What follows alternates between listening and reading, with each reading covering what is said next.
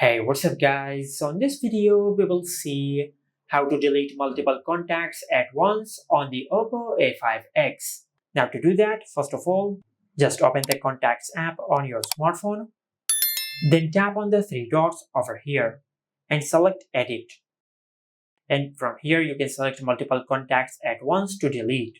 Now as you can see, we have selected 4 contacts. Now to delete these 4 contacts, just tap on Delete.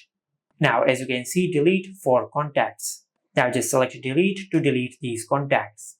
Just like that.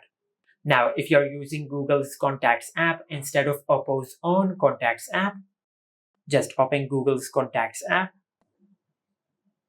Now to delete multiple contacts at once in this app, just tap and hold on a contact to select it, then select the contacts which you want to delete.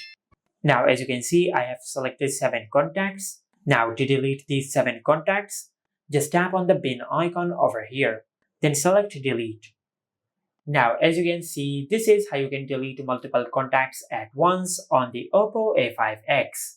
Make sure to like, comment, and subscribe. Thank you for watching.